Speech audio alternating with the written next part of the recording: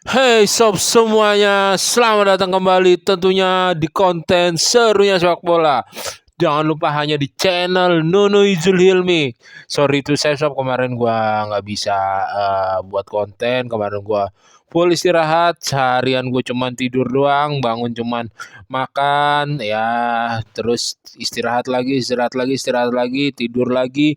Ya aktivitas gua kemarin terlihat monoton banget. Sabtu Minggu gua berasa capek banget, ada yang harus dipekerjakan. Kalau kalian mengikutin konten gua sebagian cerita udah gua upload juga gitu kan. Saatnya kalian kembali lagi di konten serunya sepak bola, konten yang membahas isu-isu update berita, pendapat, alasan terkini yang terbaru. Insya Allah semoga oke sob. Dan kalau kalian perhatikan tentang story-story para pemain timnas Indonesia, khususnya pemain keturunan, yang dimulai kebanyakan sih pemain keturunan yang repost, yang dimulai dari apa namanya, postingan cap kita El Capitano Bang Jai Jazz, dan semuanya beberapa pemain turut ikut merepost, yang kurang lebihnya mengeluarkan statement kalau PSSI dan ketua PSSI yang sekarang ini Pak Erick Thohir melakukan melakukan pekerjaan dengan baik, melakukan keputusan beberapa kali dengan baik, dia memberikan pelayanan yang sangat baik, dia memberikan kita untuk fokus untuk di lapangan aja, dan semua kebutuhan dipenuhi dengan baik, semua kelengkapan disediakan dengan baik ya. Memang tugasnya seperti itu gitu. Emang itu kewajibannya PSSI, emang itu kewajibannya PSSI untuk melayani pemain-pemain timnas Indonesia, untuk memberikan support pelayanan yang terbaik untuk timnas Indonesia, baik itu hotel, baik itu makanan, baik itu fasilitas, baik itu fasilitas gym, fasilitas tidur gitu kan. Semoga gue sempat berpikiran banyak nih, kalau kalian baca komen-komen ini kayak ibaratnya seakan-akan kayak kayak disuruh atau real gitu. Semoga ini real dengan apa ya, dengan kemauannya Bang Jai untuk sebagai dia kapten, sebagai omongannya yang salah satu didengar oleh pencinta dan penikmat bola Indonesia, tanpa ada suruhan, tanpa ada niat dia untuk menyapui gitu, oke? Kita tahu sendiri Pak Erick Thohir bersama PSSI-nya sedang sedang menjadi obrolan yang tidak enak, obrolan yang hangat tetapi berbau negatif gitu, menjurus ke negatif, tentang tidak lolosnya timnas Indonesia, tentang mendadaknya pergantian pelatih, dan ya segala macamnya gitu, oke? Dan kalau tweet ini benar, kalau postingan Instagram ini benar dari El Capitano kita, Bang Jai kita, ya emang bagus banget gitu. Semoga aja ini emang emang kesadaran dari Bang Jai, emang pengennya Bang Jai untuk melakukan hal tersebut tanpa ada niatan, tanpa ada suruhan, tanpa ada perlakuan desakan misalkan. Ya ini dia sebagai pemimpin timnas Indonesia di lapangan, dia mempunyai jiwa kepemimpinan. Kalaupun ini atas kesadaran Bang Jo, buset dah, ini sangat bagus sekali sob, oke.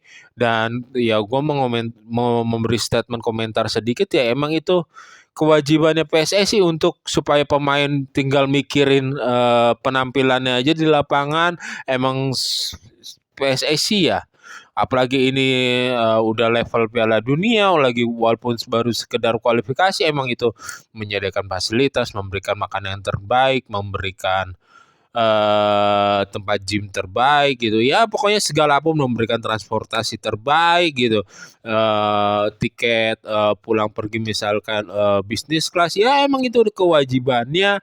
Dan ya emang berarti timnya Pak Erick Thohir dan PSSI mengait permasalahan hal itu emang berkinerja dengan baik. Cuman kan yang tuntutan dari masyarakat kan beberapa yang di luar dari pembahasan tersebut gitu, oke?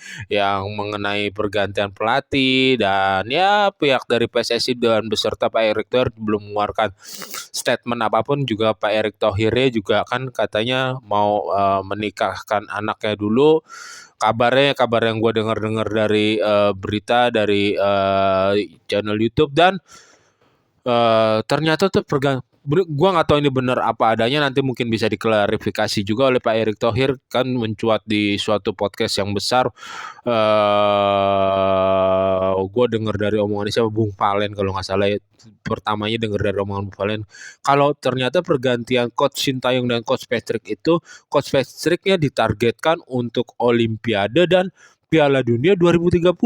Lah, ini kita sudah berjuang mati-matian, kita baru pertama kalinya masuk, bisa setengah langkah lagi untuk masuk Piala Dunia 2026 udah di depan mata gitu. Ya kenapa nggak dimaksimalkan gitu? Kenapa nggak dikejar sesuai dikejar sesuai keringat darah penghabisan gitu. Kayak kurang apa ya? Kurang gregetnya kurang dapat, performance yang nggak mentok gitu, oke?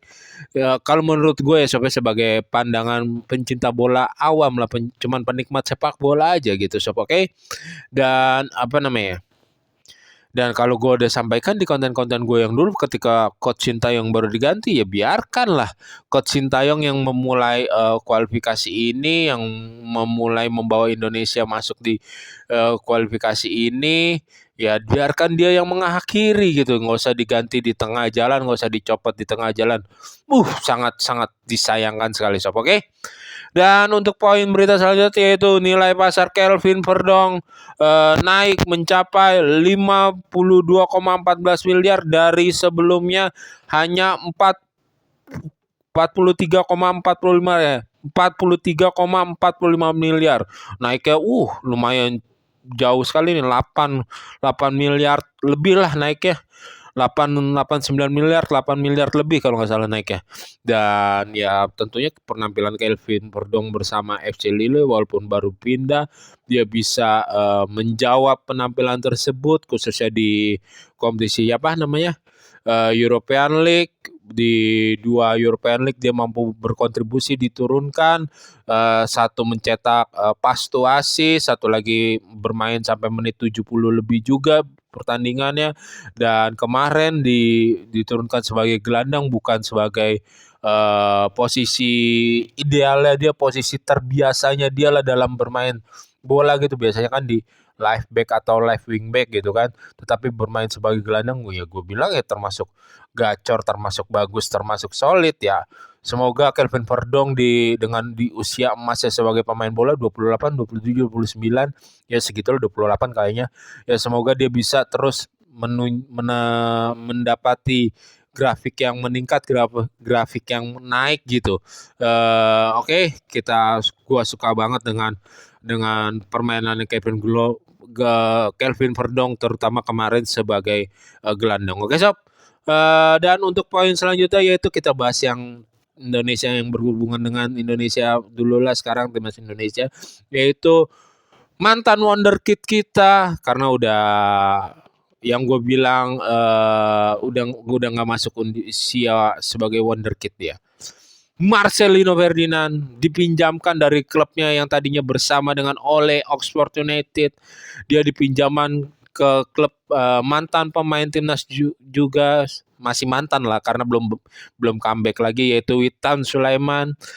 Klub asal Slovakia yaitu AS Trenčín, oke. Marcelino pergi dengan status pinjaman dan Marcelino sudah segera langsung ikut berlatih.